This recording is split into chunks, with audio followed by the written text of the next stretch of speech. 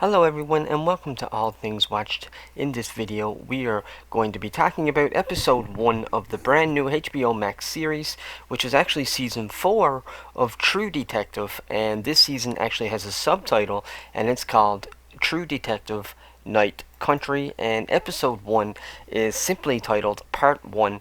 And I was really excited to jump into this one and really excited to get to talk about this series because True Detective truly is one of my all-time favorite series, and I am not someone who is a big fan of investigation shows. I'm not a big fan of things like CIS or NCIS or anything like that, or CSI, sorry. But you know, I really liked HBO's True Detective. Season 1 was probably my favorite, and then I absolutely loved season 2.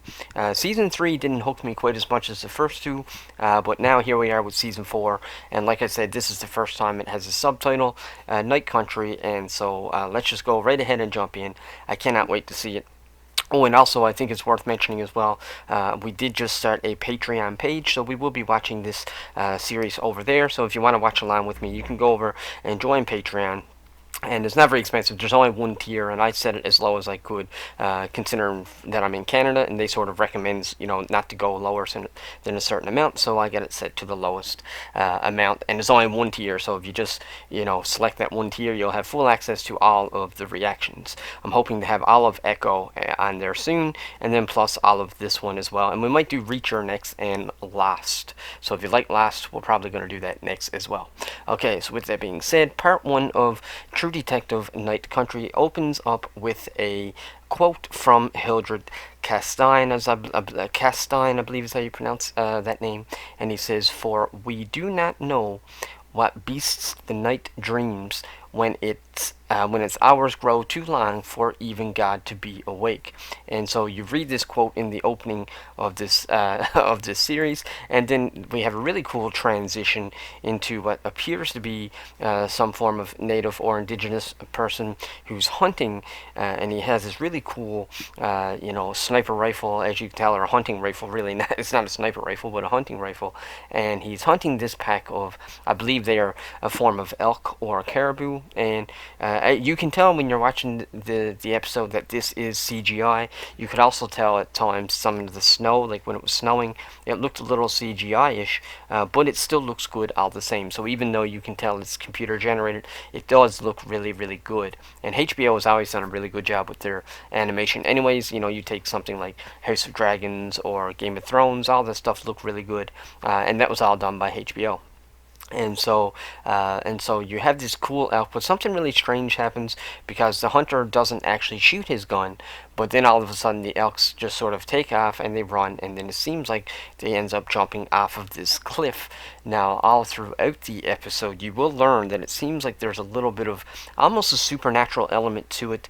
Seems like there's, especially later on in this episode when one of the characters, whose name I think was Rose, ends up having like these visions of someone who's actually supposed to be dead or passed on. So I'm not really 100% sure yet, this early into the season, what any of that means, but it does seem like they're trying to potentially show us that certain characters are maybe connected to the land or something, where it's, sort of spiritual and indigenous and all that kind of stuff. I'm just guessing. I really don't know because we don't know that much yet. We've only seen one episode. So anyways, then we come to the scene here, and this is basically an outpost or some form of biological research facility, which you'll learn later on that it was a biological thing.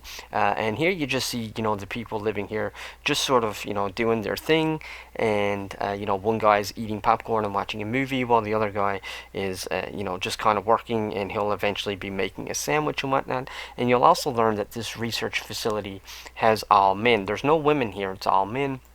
And so, once again, here you see a different room with some different characters. You got the older guy here with his robe, and the other guys here, and they're just, doing their calculations and doing their research and working on whatever study it is that they're working on. But something very strange happens into one of the characters. As you can see, he almost looks frightened. He looks very scared. There's actual legitimate fright here on his face, and he ends up saying something. I think think he says she is awake or she has awakened or something like that. And so when he says that, then basically the episode ends up cutting, and then we end up coming, I believe it was to the opening credits at that point. And what's very interesting then, after the opening credits, you learn here December 20th, which is the third day of night, because when you go that far up north, especially up in Alaska, or up in the Yukon, or anywhere that's really close to the North Pole, or that far north, for anyone that has experience with that kind of, being up in those locations, there's oftentimes massive amounts of daylight and then massive amounts of nights. So you end up getting, half the year where it's dark and then half the year where it's light. And that's just because of the way the earth is and the way the sun is and whatnot, and just the way everything, rotates, so to speak. So this, the further north you are, the more like this it is. It becomes daytime a lot more, and then it becomes nighttime a lot more for half the year. So here in this scene, it's specifying that this is December 20th, which is actually the third day of night, which I'm guessing is why they subtitled this series Night Country, because the whole thing is going to take place in the dark. So right after we get that sort of weird sequence with the guy, speaking, she's awakened, here is when, a delivery driver ends up appearing. And of course, he's here because, well, obviously he's delivering supplies. And I would assume that this is something that happens at least bi-weekly, if not weekly. I would say that this gentleman is arriving here every day, or every week, or every 2 weeks, just because I feel like they probably wouldn't have enough room there to be able to store food for too long. And plus, where it is a research facility, which I think you do learn later on that it's funded by grants and stuff like that, like grants, I believe they said like government grants and stuff. So I would assume that this facility is very heavily monitored and is probably visited by people, or maybe even officials, quite frequently. But I could be completely wrong, because it is very isolated. Maybe nobody ever goes there, but either way, the delivery man shows up. And he notices right away, he goes into the building, he notices right away that there's something very off and very peculiar about this whole situation, because, normally, I guess somebody would be greeting him, probably helping him to unload the truck, and now he cannot find anybody, not even someone to be able to just simply get a signature to, sign the paper so that he can go on his way. But of course, he ends up going in because he can't leave without the signature. So he goes in, looking around, and he ends up coming to this dark hall. And I took this screenshot the best that I could, because of the fact that it was really hard to pause on this section.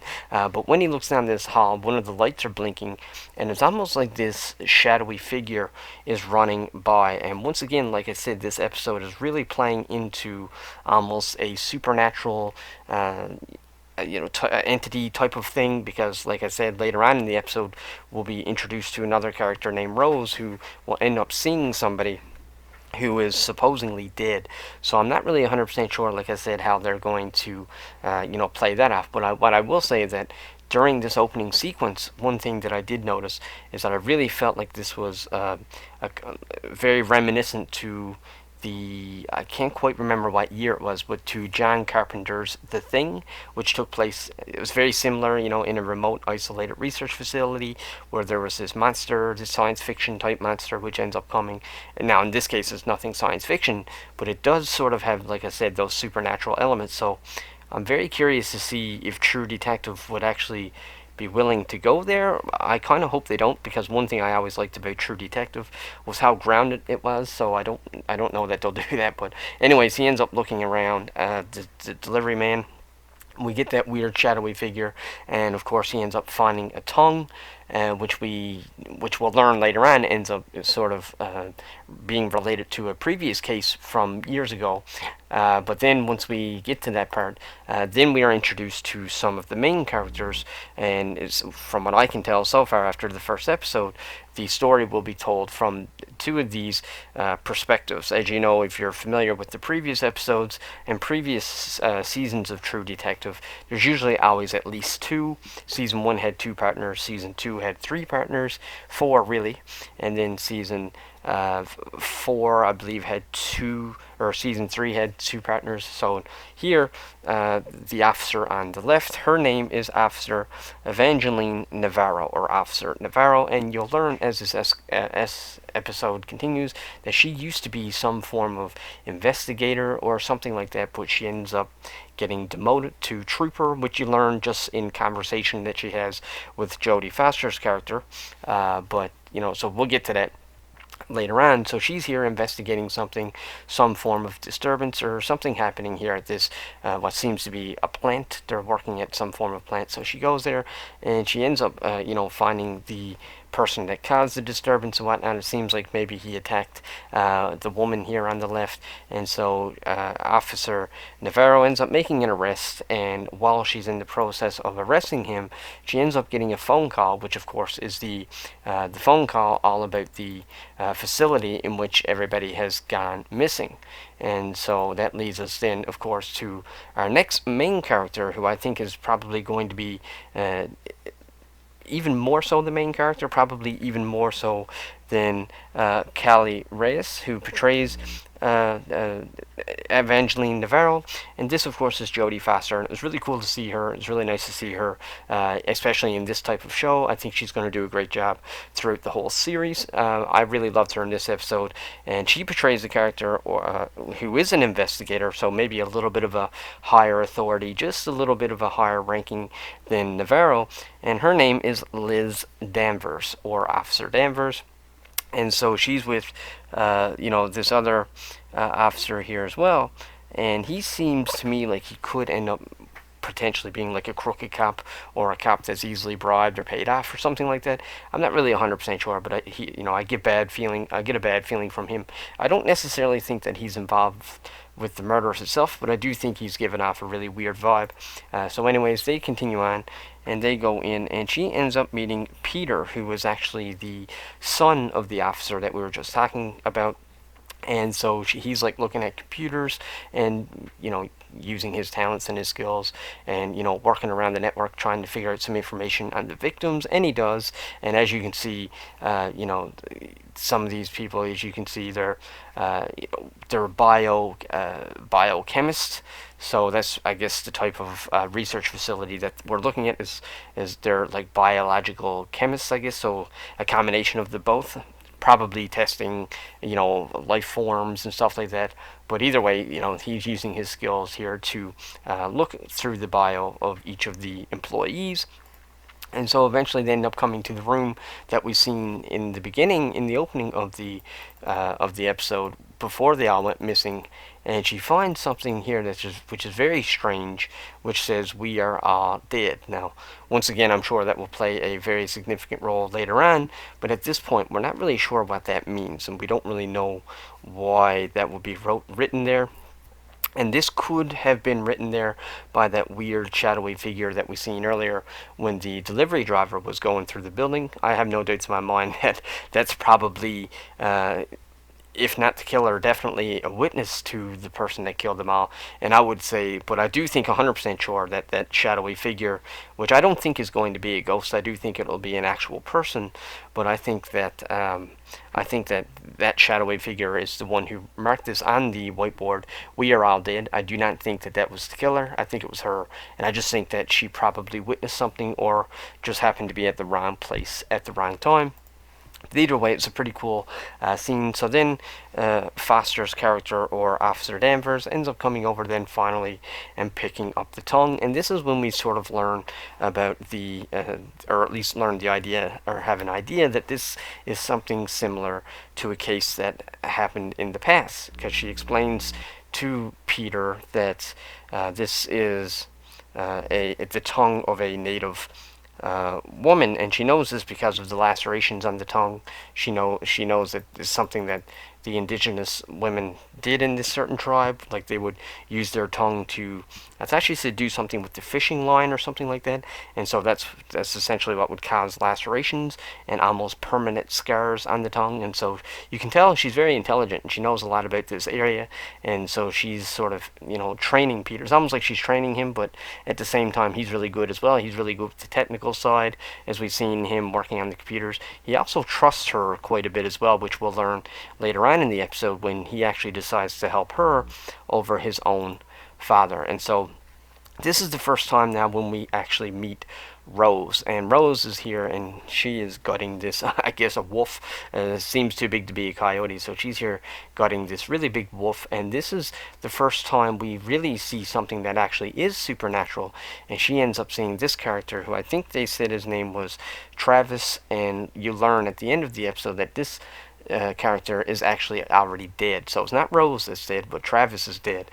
And Rose, for some reason, actually sees him. Once again, it was too early in the episode to really know why she would see him. But anyways, this is the first time we get a glimpse of that, and you can tell that there's something not right about him. Anyways, he's out here in this freezing cold. He's not wearing any hat or gloves or even any socks or shoes or anything like that. So it's just a very strange thing for him, to be standing there.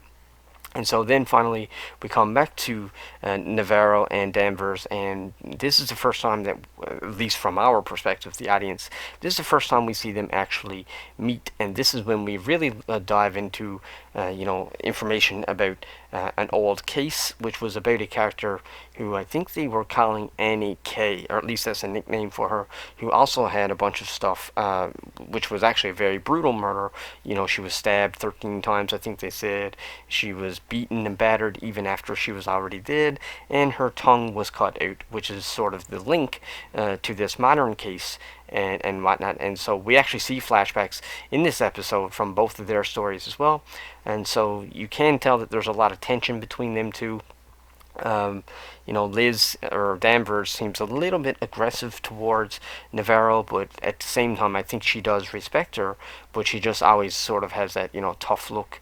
She doesn't really, show any signs of weakness, or she definitely doesn't let her guard down when she's around Navarro. So, but you can absolutely feel the tension there, but I do think that in the end, they will end up working together. And so later on, then we end up getting Danvers. She ends up leaving the station, and of course this is when we start to learn a little bit about Danvers, because she ends up being in the vehicle with her daughter, and there's a lot of stuff going on there personally. Her daughter ends up making some form of inappropriate video with another young woman who I believe they say was 15, but eventually the daughter corrects her and says, well, actually she was 16, but they actually end up videotaping it or something. And Danvers was like, that's the video I had to watch, and she doesn't like that. But while she's out, there ends up being a car accident from a drunk driver, and as she's walking along, she ends up getting this flashback. Now, we have no idea what that flashback is yet, but it definitely relates to some form of accident, because her daughter is very startled by this accident as well. So we definitely know that there's some kind of history between them and accidents. We just don't know what it is yet, but we'll definitely see that, I think, within the next few episodes. We'll figure that out. And so then you can see here, I believe this was Peter who's actually arresting the drunk lady, the drunk driver, and she's, she's like, please don't arrest me, my daughter won't talk to me, and this and that and everything else. And, it's just kind of typical small town stuff. And I'm pretty sure that the reason why this scene is significant is not so much that it's significant to the story itself. I think they're just trying to set up the setting in terms of location, show us that this is the type of environment that the show is taking place in. This is an environment which is full of, indigenous people, and also full of white people, and then there's, such a small place, and also so isolated that, they just kind of do what they like. They drink and drive, and, there's probably a little bit of hatred between the two groups and the two cultures and whatnot. And, there is a few racist remarks made in this episode, or at least alluding to the idea that racism is a big thing with this series. At least that's what they're alluding to. So they arrest her, and then we come back to then Danvers' daughter. And I'm trying to remember what Danvers' daughter's name was. Her name was... I can't quite remember what her name was, but either way, it's Danvers' daughter, and this is her. And this is where she's very shaken by the accident. Like I was saying, she was very startled. And this is also when she corrects her mother, telling her mother that the person on the tape was not 15, she was 16. So then we go back to Navarro, and now she is going and visiting this character who, I'm not 100% sure what his name is yet, but this is where we learn that I think this guy was the father of the victim of known as Annie K. And so he basically asked her, hey, did you find out any new evidence or any new information about the case? Are you reopening the case? Are you reworking the case? Or for that matter, is this even related to that case? And she basically explains to him that she doesn't really know right now at this point in time if it's related to the case, but there are a lot of similarities. And so we end up getting a cool flashback, which is pretty brutal, pretty bloody, and whatnot. So I can't show any of that crazy stuff on YouTube, but it is an important flashback. It shows that Navarro used to be in the military, and which is probably what led her to be, some form of investigator. She was probably like a special ops investigator, but then eventually ended up just, getting out of the military and then just going in as a normal, police officer and whatnot. But either way, it's a really brutal scene, and we also learn later on in the episode as well that it was Navarro that actually ended up finding Annie K's body, from the previous case, not this modern case, but the previous case. So I think what this does really well for Navarro's character is that this shows us she has seen some crap. She has been put through the ringer. She's seen a lot of crap, and she probably struggles a little bit from post-traumatic stress, and she probably struggles mentally more than what she lets on, even though does seem like a very strong, very independent character. So meanwhile, back at the precinct, Danvers is here, and Peter's father is about to release this drunk driver, and Danvers makes some pretty crude remarks about how they might have been having an affair together and whatnot, and she tells him no, put her back into the cell, and don't let her out just because she's making a big deal, just because she's making a fuss.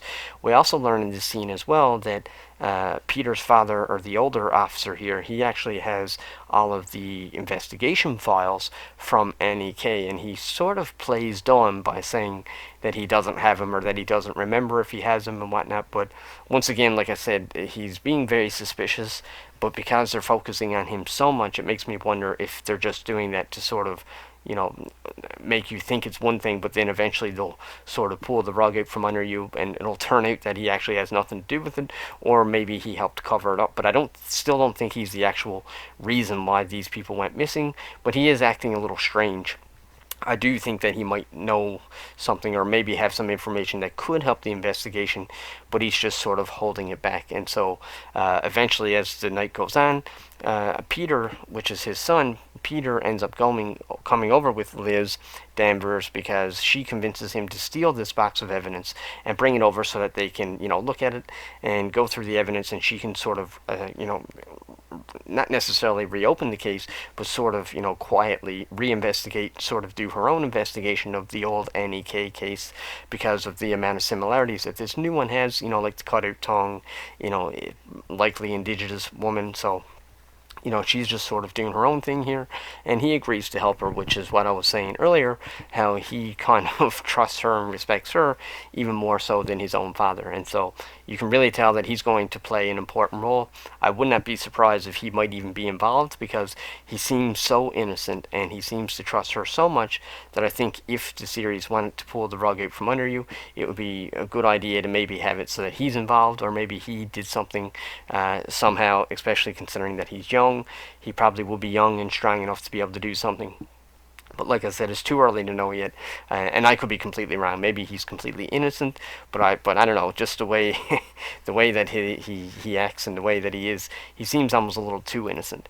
And then we get a really cool shot here when Danvers has all the evidence, all the pictures of the previous case, and plus I think the present case, and all that kind of stuff. A bunch of different cases, a bunch of different suspects and whatnot, and she has them all laid out. And this really gave me a lot of good vibes from the very first season of True Detective, which I believe Matthew McConaughey's character, I think his name was Russ, and this really made me think about Russ, except she's probably a little bit cleaner. She doesn't smoke. She doesn't appear to be drinking really, whereas Russ, was heavy into the drugs and drinking and alcohol and smoking cigarettes and all that stuff. Here, I don't think Danvers is that type of character, but it still shows that she gets very heavily involved with the investigation, and the investigation is really a part of her life. And plus, I just thought it was a really cool scene. It looks really cool, just seeing her surrounded by all the evidence. And so then we end up coming back here again to Travis. Once again, we know that Travis here is actually dead, so I'm not really 100% sure, once again, how this is going to play into the overall greater arc of the story, but it's obviously going to be important because he ends up showing Rose, remembering back to Rose who got at the big wolf. Well, she ends up following him, and he points a certain direction to her, and she ends up going, and of course ends up actually finding all the bodies, which is how this episode ends. But before we get to the actual end of the episode, then we learn that Danvers goes back to this isolated secure lab or testing facility or research facility, whatever you want to call it. And when she goes back, she hears someone looting around, and so she pulls out her gun, and it turns out that it is Navarro. And this, I think, is where Navarro and Danvers is going to start working together, because they do sort of have it out, and she does make a couple little remarks as to the difference in the indigenous people and the race and whatnot. And I won't go as far as saying, like, this is not, at least as of right now, I wouldn't say that this is too much of a woke series, but it can be annoying sometimes whenever you watch one of these types of series and every white person has to be racist, because that's not true in real life. I mean, racism is real, but not every white person is racist. But either way, they sort of have that little bit of banter, and while they're going back and forth, then Danvers ends up getting a phone call, and that is, of course, the phone call that they ended up finding all of the bodies from Rose. And so we get a really cool scene here where the helicopter flies in, and of course Danvers and Navarro ends up going together, and while they're going towards the bodies, Danvers just kind of goes on by like it's no big deal, but Navarro actually stops and speaks to Rose, and she asks Rose, how did you figure out where the bodies were, how did you find them? And Rose tells her that Travis showed her, but obviously that's not possible because Travis is supposed to be dead. And so Navarro actually says that to her. She said Travis is dead, and Rose just says, I know. And then of course they ends up going, and they find the bodies, and at least 3 of the bodies anyway, but I would assume that they'll all end up being there, and they all look like they have pretty interesting expressions on their face, and they're all buried in snow, and they're actually frozen. So the fact that one of them kind of looks like they're screaming, I guess we'll have to wait to see, did they actually die outside? Did they die from actually freezing to death, or were they killed first? So we don't really know that yet because they're buried in the snow, and so we don't really, it's just too early to say yet because we don't know what's going on there. But either way, that's how the first episode ends. And all in all, honestly, I thought it was a really good first episode. I thought it was very strong. Like I said, I'm curious to see the supernatural part of it. Like, I hope that it doesn't turn out that it's actually a supernatural story. But like I said, this is the first time that any of the True Detective series actually had a subtitle. This one is called Night Country, so I'm very curious to see where it goes from here. I really liked part 1. I thought it was a great, strong opening, very interesting, great job at showing some of the characters, giving them a little bit of backstory to sort of give us just enough to have an understanding of where they come from, the way they think, the way they act. In the case of Navarro, we know that she was from the military. We know that she has seen some stuff. So it'll be, be curious to see how she has to deal with that moving forward. Will that end up, maybe clouding her judgment? We did learn in this episode that she got a little bit too attached to the previous case with Annie K, which is why she ended up being demoted to a trooper. And I think that they also said in this episode that it was Danvers that actually did that. Danvers was the one that actually demoted her. So it'd be curious to see that feud sort of happen. I don't know that they're going to have many more scenes where they're actually fighting against each other, because I think they did a pretty good job with that here in this episode. But I mean, there might be like one blow up eventually. I'm sure there could be one more blow up, but I don't think it would be necessary because they sort of, said their words and sort of made their peace, I think, by the end of this episode. So I do look forward to seeing Danvers and Navarro's relationship growing, and sees where that heads as the story goes. And also Peter, I'm very curious to see Peter's story and whether or not he is actually involved. I think he is to some degree, just because they seem to be focusing so much on his father. It's almost like the straw man argument. They're sort of leaning you or leading you to think one thing, but I don't think it's gonna really become anything. I don't know. It's hard to tell. I think Peter is probably more likely to be the one that's involved, and then also we had to learn as well about Danvers' daughter and that video that she made with the 16-year-old. So I'm sure that will come back up eventually. I'm sure that'll become a problem in the future, or maybe not. Maybe that's. I don't think that they would have focused on that much and it not become a problem. But I guess we'll have to wait and see where they want to go with that. But overall, I really loved episode 1. I thought it was great. I cannot wait to see the series as a whole, and it's really fun. And like I said, I do have a Patreon started now. So if you want to watch it with me, then head on over there. Like I said, I got the tier as cheap as I could. And there's only one tier, so once you sign up, you'll get access to all of it. And eventually, once we're able to get members on membership on YouTube, then I'll put them on there as well, and all that good stuff. But that's pretty well my review and my thoughts on the first episode of True Detective Night Country, and that's pretty well all I got. So let me know in the comment section below if you've seen this one, and if you'd like to tell me why or why not. If you like this video, click that subscribe button, and until the next one, take care.